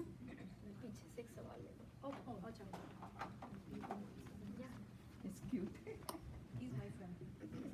The Ayurveda says that we should eat according to the seasons, but in this country we spend so much time in this weatherproof home where we in air conditioned and heated. Is the weather is still affecting us the same way like it does in India or any other country in the world? Actually, absolutely yes. Absolutely yes. Do not, in fact, in this country it matters a lot because these weathers are extreme here. So not just like how in India we have actually, that extremity is not there where you would see here it is some many times freezing temperature, correct? So you should not only just do about eating, I would suggest that, doing the other things which are been mentioned. You have to apply the oil or do abhyanga. That means doing the massage, oil massage, self-oil massage, not that you have to go somewhere. But every day putting those oil massages, when specifically this kind of weather is there. And you are in Illinois, if you are in Illinois, that's like windy city, right? We are a windy city, so the dryness and the coldness is really up high. So obviously, not just into the food, but also doing the lifestyle changes would really matter. And here, I think I would say more than India we have to do here. Yeah. Any more questions? Oh, okay. Yeah, he's giving the mic. Another young volunteer is coming to pass on the mic. Thank you, Amol. Namaste. Namaste, Chaudhary. Sometimes we don't finish the medicine on time and we find it is already expired, or we order online and we find it was expired. Should we use that for a certain period of time, or should we throw it away? Thank you. Oh, that's a very practical question. So, are you talking about Ayurvedic herbs? Yes. All right. Okay. So Ayurvedic herbs. So these questions get like we always get these questions. So first thing is, for an Ayurvedic herb or a blend to be formed, there is always the question of potency, right? Whether the herb is potent enough or it has expired. First thing is, if your container where the Ayurvedic pills are, it is not directly under sunlight, it is not like in a moisture-based place, and it is like it's smelling or it's looking or something funny or bad, it is safe to intake it. But 100% after a year, the potency of the herb is going to go down. That is why now Ayurveda has come into, like, we have different forms of medicines, and the way we give these medicines is very different as well. Like for example, Hemaji mentioned insomnia. Insomnia's medicines are better to be cooked in milk, like cow's milk and then taken before bedtime. So 1.5 hours before bedtime. Why? It's because that is how the potency of that herb is maximized, right? So when it comes into tablet form or pill forms, always remember, if it is more than a year and if it is written that the potency of expiry date is coming closer, that means the manufacturer who has put in those herbs in there is telling you maybe you will benefit less now. Maybe you have to increase those. But I don't think so, according to my experience, that I have used herbs or many herbs on a regular basis which are 3-4 years old as well, if they are capsulated fine and working with a good company, of course. But always remember, it all depends on different herbs as well. But if they are like powdered form herbs, their potency is going to go down no matter what after a year. But if they are capsulated enough and they are in controlled environment and made in a laboratory, I would say it will go for 3 years without any question. Thank you. Any more questions?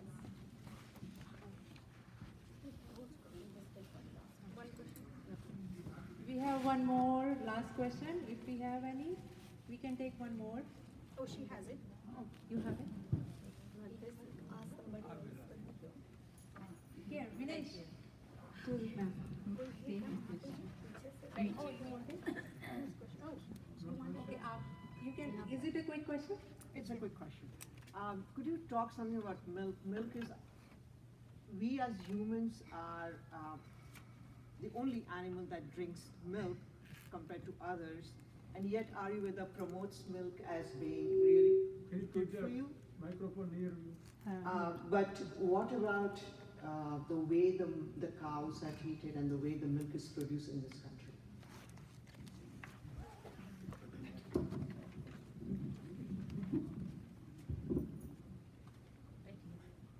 So, very good question. Actually, I think it's two questions, right? Like, first of all, we are the only one who drink milk.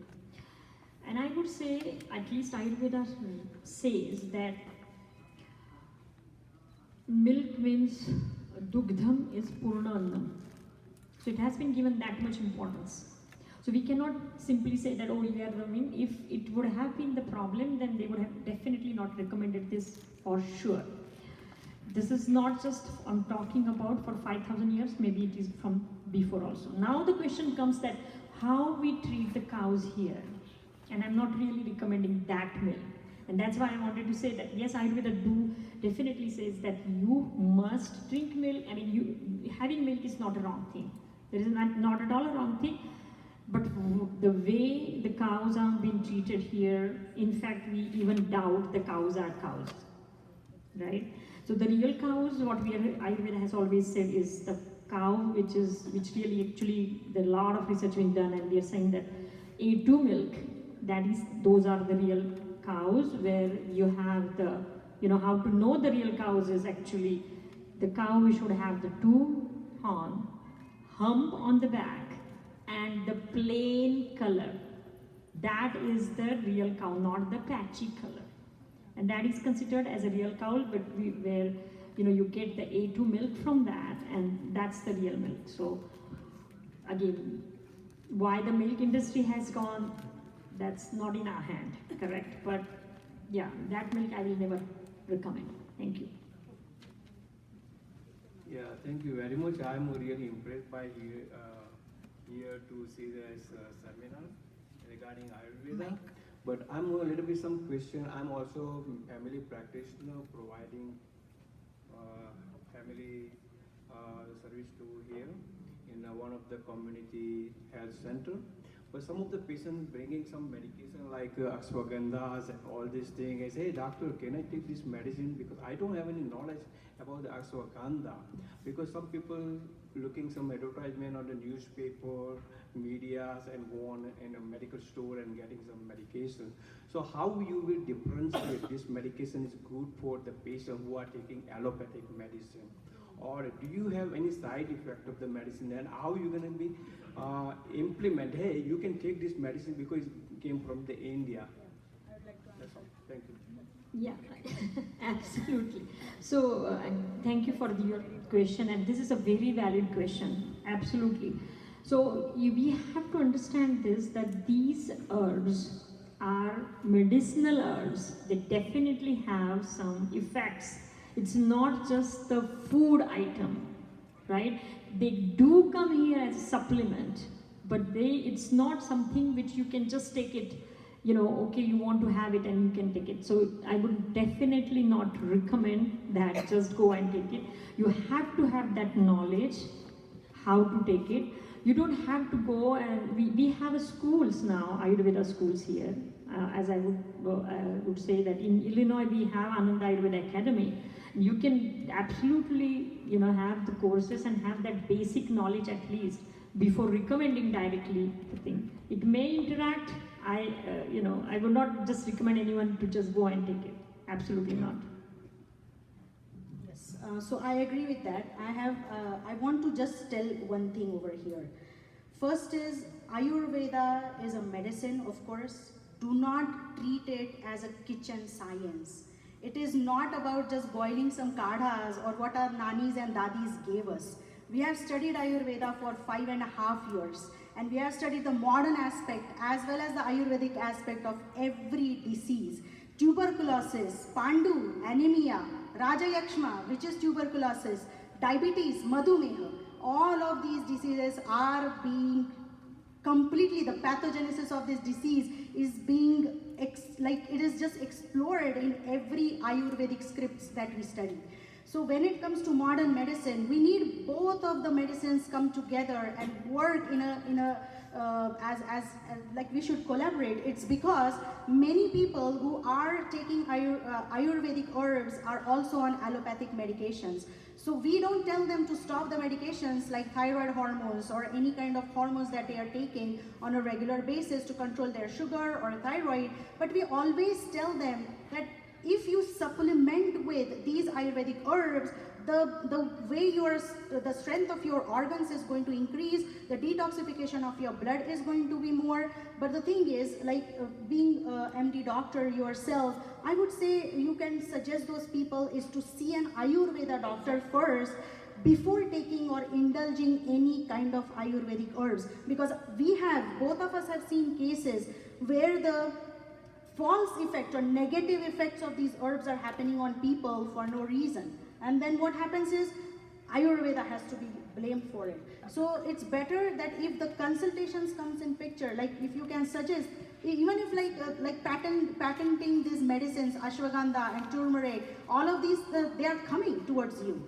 So they are going to say, people ask me, can I take turmeric capsules? I always tell them, how about you come for a consultation instead of going and just asking me randomly whether I can take these supplements or not. You don't take any thyroid hormone on your own, can you? You don't. You don't go and grab a thyroid hormone just to take care of your thyroid. So you have to ask the Ayurvedic experts over here where they can guide you through this process instead of over-indulging these medicines or herbs on their own all the time. It's not good. It's not safe at all. Google is to be blamed. Google, yes. So Google has become our... Yes. We have a certified Ayurveda over here, certified by the medical or certified by the... Yes. No, it is certified. It is certified in America. So she runs an institution which is Ananda Ayurveda Academy. So there, she's a faculty. She's a teacher who teaches people Ayurveda with no background as well. Well, we have not just, there is a whole national body, and I'm on that, certification board also. So we do take the exam, we do certify them, we teach them. It's a very proper course. So we work hard for making these practitioners. Yeah. Yes, Yeah, absolutely. Yes. Thank you. So it's open, anybody Yeah, anybody can take an admission. Can we watch the Time? Is it a quick question? Yes. Why are the Ayurvedic medicines available over the counter and anyone can take it? That's number one. Number two is, how do you study your Ayurvedic medicines? Good questions. So this is actually $1 million question. Why it is available, that's what we have to bring about. That's the whole thing. It's what we are fighting here. That's why AUM, right? We are making that union to work, that to make this profession license, and then the things will happen. And I can definitely talk about this, that we are trying really hard. Things are moving, and we may get the licensure, and then these things will happen, absolutely. So the education is getting standardized. As I was mentioning, that Ananda Ayurveda Academy is the accredited academy now, and obviously as we have now the standardization of education done, board certification is happening, so the licensure will happen, and then that will become what you want to say, that over the counter will absolutely stop. And the funny part over here is, if we put allopathic medications over the counter, there are side effects, right? So if you eat ibuprofen on a regular basis, or even any supplements on a regular basis, they will clog your kidneys or jam your system. But in Ayurveda, there is no side effects, because these are all herbal extracts. These are the this is the real plant-based medicine. So when it comes to, like, even if you are engulfing all these supplements, nobody will come with like kidney disease or spleen is damaged or this is damaged. Nobody will come with those complaints. What they will say is, I'm not feeling anything with this. I'm just taking those supplements for years. Should I take them or should I don't take them? So Ayurvedic supplements, of course, this is a medicine, it has to be treated as medicine. But Ayurveda is not about ashwagandha. Ayurveda is beyond it. When we go with the formulations, each formulation will have 30 different herbs which go in there, and those shlokas are being recited and told 7,000 years back. We even as Vaidyas cannot alter those formulations at all. If we talk about Sitopaladi Churna, that formulation is being given 7,000 years back. So if that is available for you on the market, they have to follow that same formula which is given in those scripts 7,000 years back. It is not a man-made formula. It is the formula which is being given and scripted in our scripts. So that's why Ayurvedic formulations can be over the counter. But the thing is, these formulations, their formulas, they are coming from the scripts and not us. Yes. So now they are patenting it. You cannot patent it. This is the natural thing. You cannot patent it. That's the law, the universal law, and that's itself been brought. And see, they tried patenting even turmeric, and then that was denied. There's so many outsources to them, they can manipulate so many medications under the name of the ashwagandha, and it destroys the name. Yeah, exactly. See, at the end, I definitely want to tell you that Ayurveda is a very personalized medicine, right? Remember, this personalized medicine means you are unique. Ayurveda identifies that you are unique, and so you need that unique treatment. You cannot just go on over the counter and just buy. Well, you have that source available, but if you want to really get well, it is absolutely that you want to go with the right treatment. And so this analyzation, knowing your own dosha and acting along it is extremely important. Yeah, thank you. Talk a little bit about individual herbs like ashwagandha versus formulations, because there are two different things. Yes, absolutely. Yeah, like people don't Keep the topic for the next Exactly. I'm so sorry, it's just that we are a little, I think 20 minutes over the time plan. So very quick request, Miss Shastri is here to hand over a certificate to Dr. Swati Ji, and she requested me to give this quick announcement. In your hand, because Oh my you God. are my VIP right now, Oh my and God. Harish ji, but Harish ji is not here, right? So you can give. No, in your hand.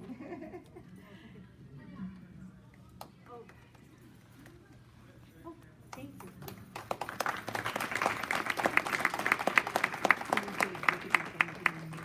The picture and.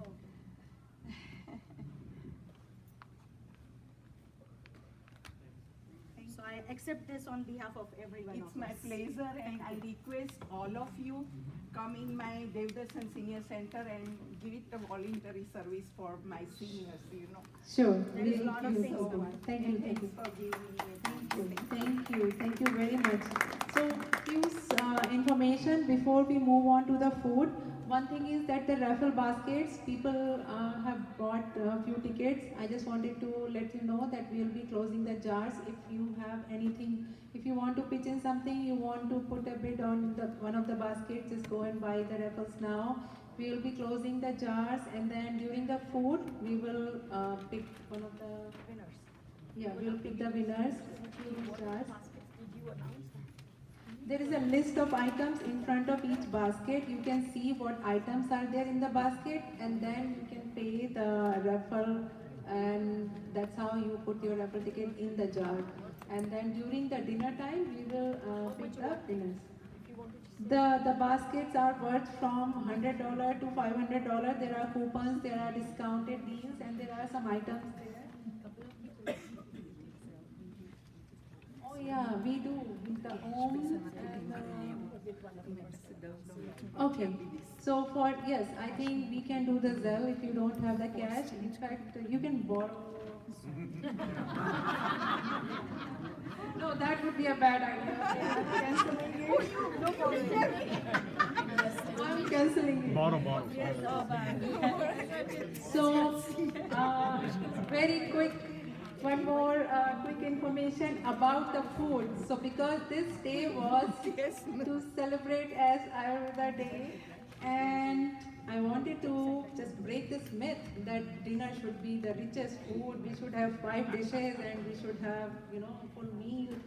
So today we are going to serve a sattvic khichdi. Don't make the face that khichdi, but this khichdi is going to be, cooked in the desi ghee, and the desi ghee was donated by Pure Indian Food from New Jersey, who fed their cows on the organic grass.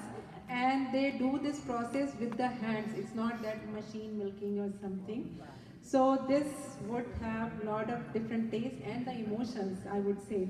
So I'm going to tell you something about the dishes today. It is Sattvic Bhojan, where main ingredients are used as lentil, rice, some vegetables, and a good khichdi is made with the desi ghee, some simple curry of amti, and with chana dal, and we have a sweet called lapsi, which is made with whole wheat and jaggery, and we had CCFT, the drink, which was the hot drink, Ayurveda drink.